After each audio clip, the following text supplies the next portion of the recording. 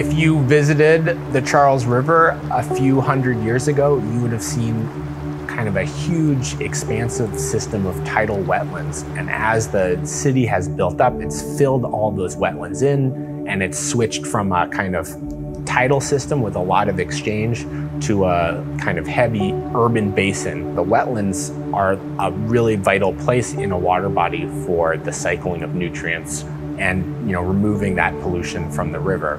There's really very little opportunity to bring those wetlands back, but floating wetlands are a way to do that.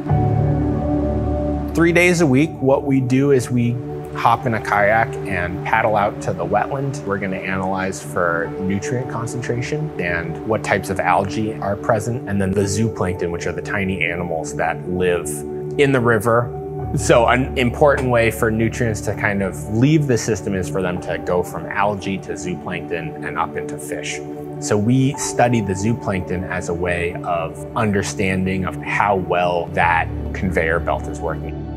Think global, act local is definitely something I think a lot about. With this project, algal blooms are huge global problems, and it's only going to get worse as global warming continues. But this project is, truly a scalable solution. What I would love to see is around the world swimmable, vibrant, healthy urban rivers. I hope that this wetland, can make kind of progress towards achieving that vision or helping people imagine a healthy, restored river that we can enjoy.